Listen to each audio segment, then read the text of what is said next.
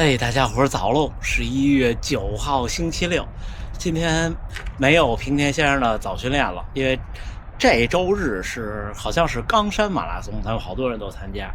然后下周末不光是神户，可能还有其他地儿，所以大家都有比赛的准备。这周都是各自来安排。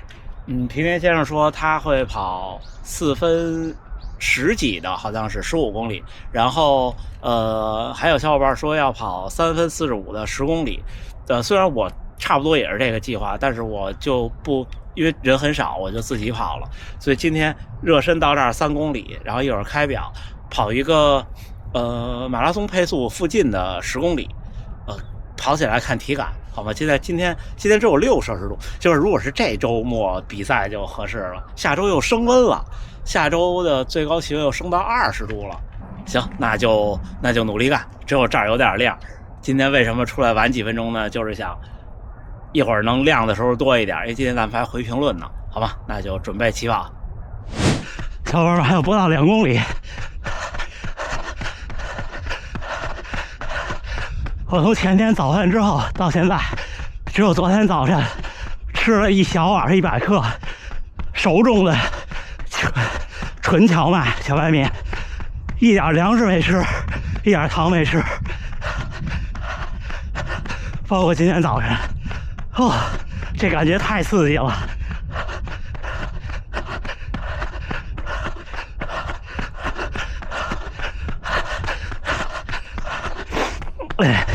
最后1.5了。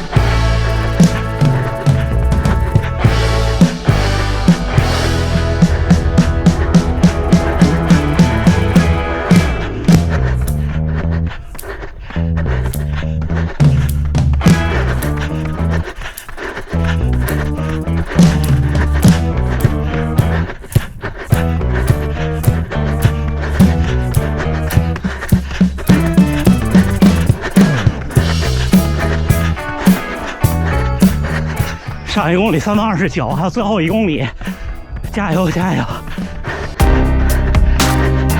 到。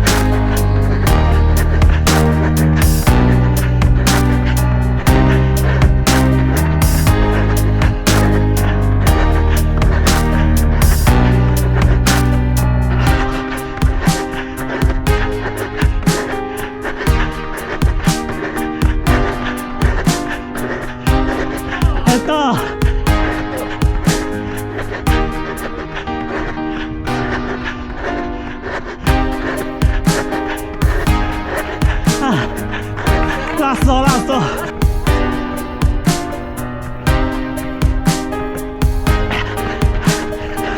加油，还有80米。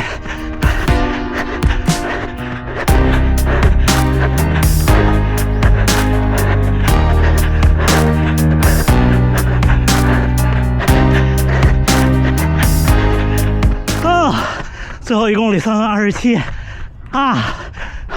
ありがとうございます。すごい。3分39すごい。あ、疲れ。ありがとうございます。すごい。素晴らしい。ナイスです。神戸。神戸。神戸。神戸。同じ10キロ。啊！还有没有鼻涕啊？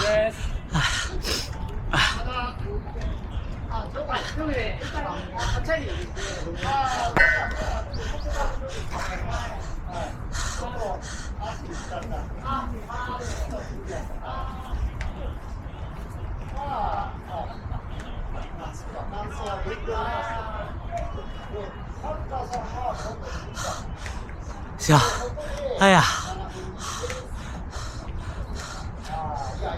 哎，小伙伴们，10公里平均配速3分39，因为今天是一个人跑。今年初大阪马拉松之前，和田中先生一起跑了那个10公里，我印象中好像是3分36，我找一下贴屏幕上。如果您是听视频的话，您可以现在看一下，我应该能找到，也是赛前这个周末。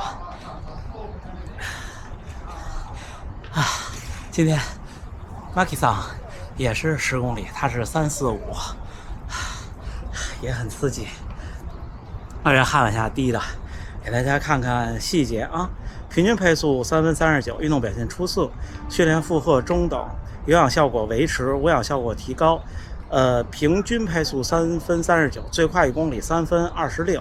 3分26可能是最后1公里，因为我第一个5公里回来到这儿的时候也挺快的，然后我觉得有点太快了，我稍微减了一点。然后平均心率172，最大181，这也符合预期。对了，昨天有一位频道的其实也不是观众了，是朋友，就是很好的朋友，虽然没见过面，一位大神，给我发他的一场马拉松的数据给我看，就是大家别痴迷低心率，普通人做不到的。就是普通人跑马拉松，如果你创造了一个好成绩是160的心率，那说明你还能更快。就是普通人说160完成一场马拉松不现实，就是全马的赛场上平均心率超过170再正常不过了。你看会长的比赛也是170多，专业运动员也是170多。你说你跟东非的顶尖的运动员比，那是比不了。东非的顶尖运动员他可能是最后他可能是擦着170的边儿，但是你们看吉普托姆芝加哥那场不是被人拍到了手表吗？就是他这样的时候好像也我印象中好像也是170多。他就是马拉松，就是抵抗，就是在一个高负荷下的耐力，是吧？咱们接着看数据啊，累计爬升39，因为有2次那个坡，然后平均步幅1.31米，平均步频209，垂直振幅比4.2，平均垂直振幅5.5，然后是触地时间172毫秒，531千卡。你看差不多就是，你的体重的公斤数乘以，就把这公斤数的单位名称换成千卡，差不多就是你跑1公里消耗的热量差不多。然后水平高点的运动员呢会少一点，就比方说我现在差不多是56公斤，我一公里消耗53。水平低一点的选手呢，比方说你仍然是56公斤，你可能消耗60，差不多就是这样。总共用了36分33秒。还可以哈，虽然没 PB， 我的半马 PB， 我的10公里 PB 都是在半马比赛中创造的，自己没戏。看看单圈数据，第一圈慢，第一圈3分47，这没人带起不来，真起不来。第二圈3分46，跑这第2公里，跑完第2公里一看3分46，心都慌了，我说怎么这么慢呀？是因为没有糖在身体里的原因吗？我一度这么安慰自己。然后第3公里344，第4公里336，我找到了那个迈开腿的感觉了。然后第5公里335，第6公里339，第7公里342，第8公里338，第9公里330，第10公里328，还行吧。从昨天早上到现在就吃了这么一小碗荞麦面，就是超市买的那种，就是已经是熟的，就稍微拿热水一煮就行，是10哥荞麦，就是100%荞麦粉的那种，一点糖一点粮食，一点带甜味的东西都没吃，真心的。但是吃好多肉，昨天中午去吃了这么大一汉堡饼，然后这么大一块牛肉，昨天晚上吃的是鸡肉和猪肉的那种呷哺，也没蘸芝麻酱，蘸的是那个柚子醋，就这边吃呷哺的那种。OK， 那一会儿咱们回评论，我慢跑回家。你看我每次回评论都写在手上，就写在一张胶布上贴手上。就我比赛的时候的补给策略和那个公里，就关键公里的速度，我也这样贴上。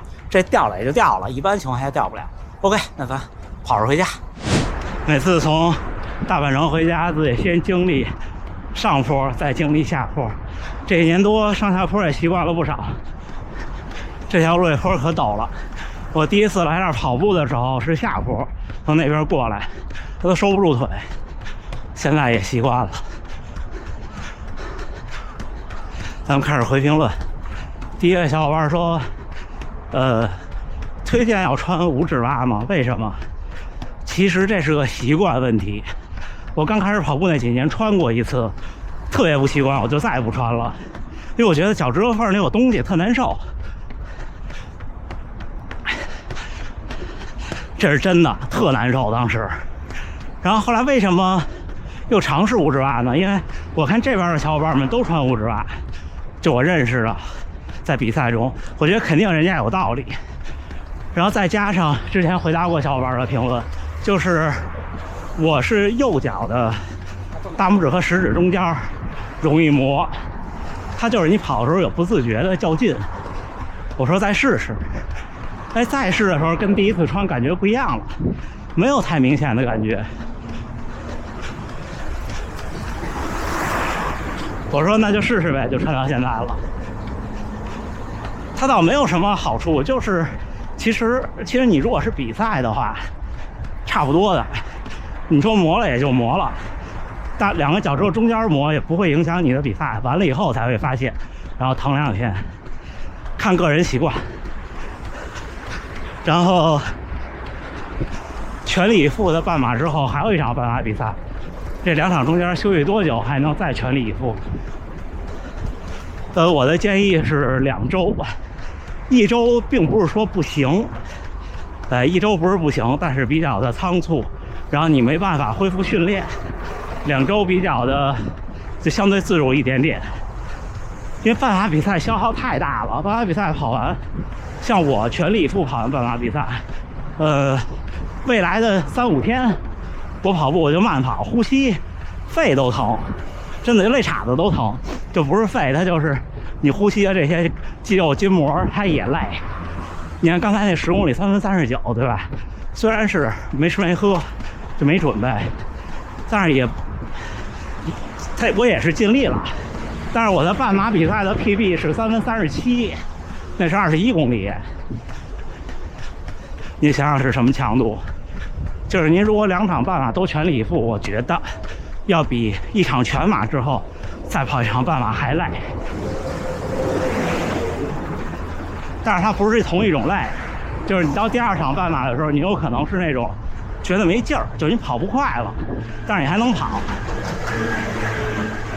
做好心理准备。然后下一位问我老说练速度，是哪种？是1500的速度吗？还是3000的？还是5000的？还是更偏向于阈值？更偏向于阈值。如果您的目标是半程马拉松或者全程马拉松，那所谓的速度就是有氧区间的上边和阈值这一块，乳酸阈值或者是接近速度耐力，这种速度训练是对全程马拉松更有帮助的。就像我今天这种10公里，这可比跑间歇压力大多了。但是呢，你要是在训练中时不时的穿插一下这种，你的进步就会比较快。间歇跑是能让你的绝对速度变快，但是你可能顶不住，就这个是帮你顶住的，间歇跑是帮你拔高的。我的理解啊，不一定对。然后下一个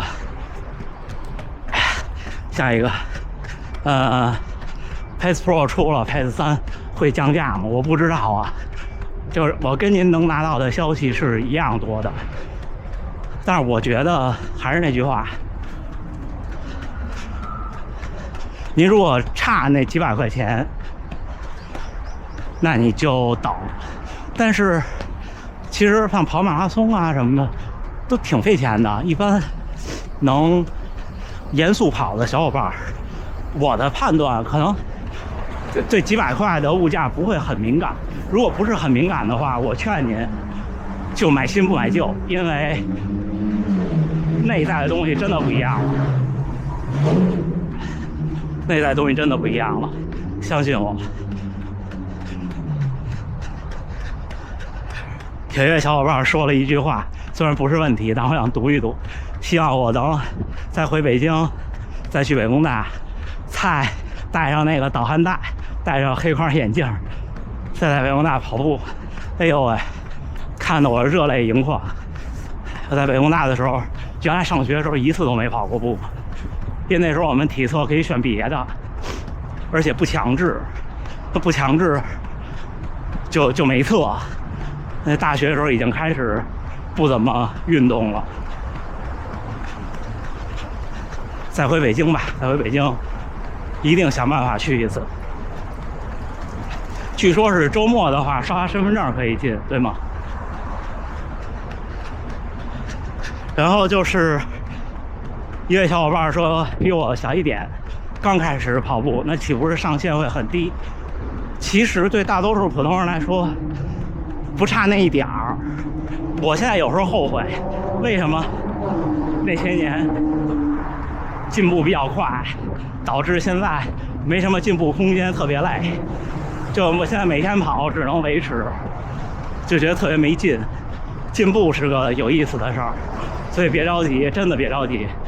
而且到这个年纪再开始练马拉松，您的目标就已经不是竞技了，就是战胜自己就好了。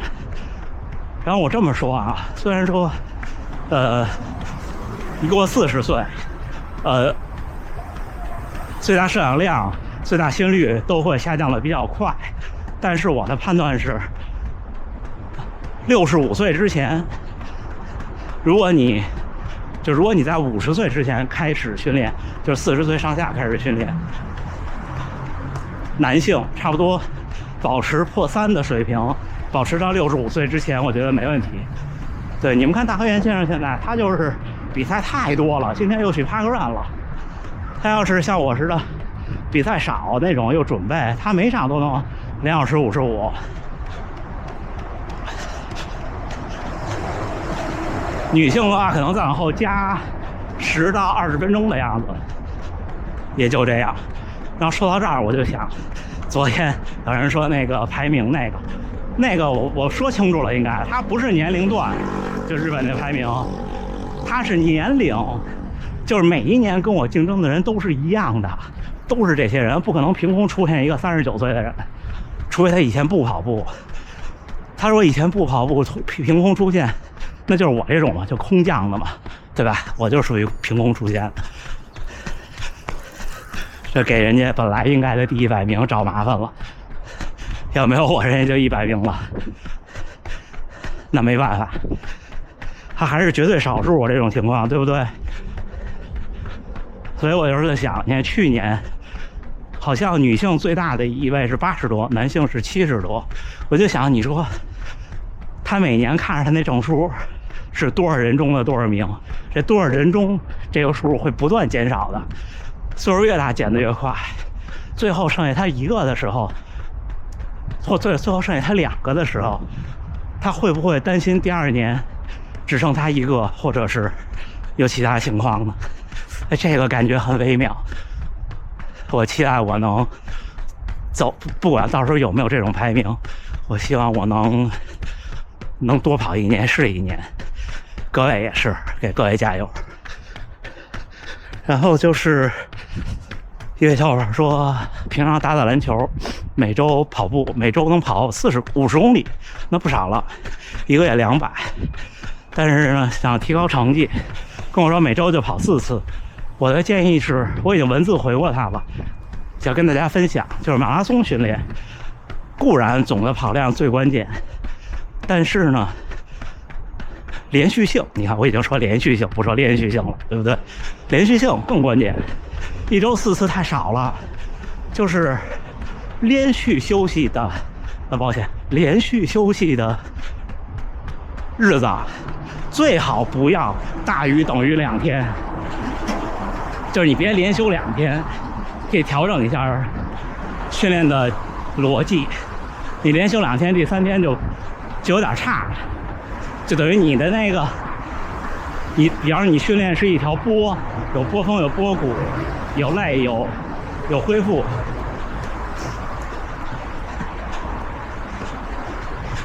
你那个波的振幅就太大了，还是要连续。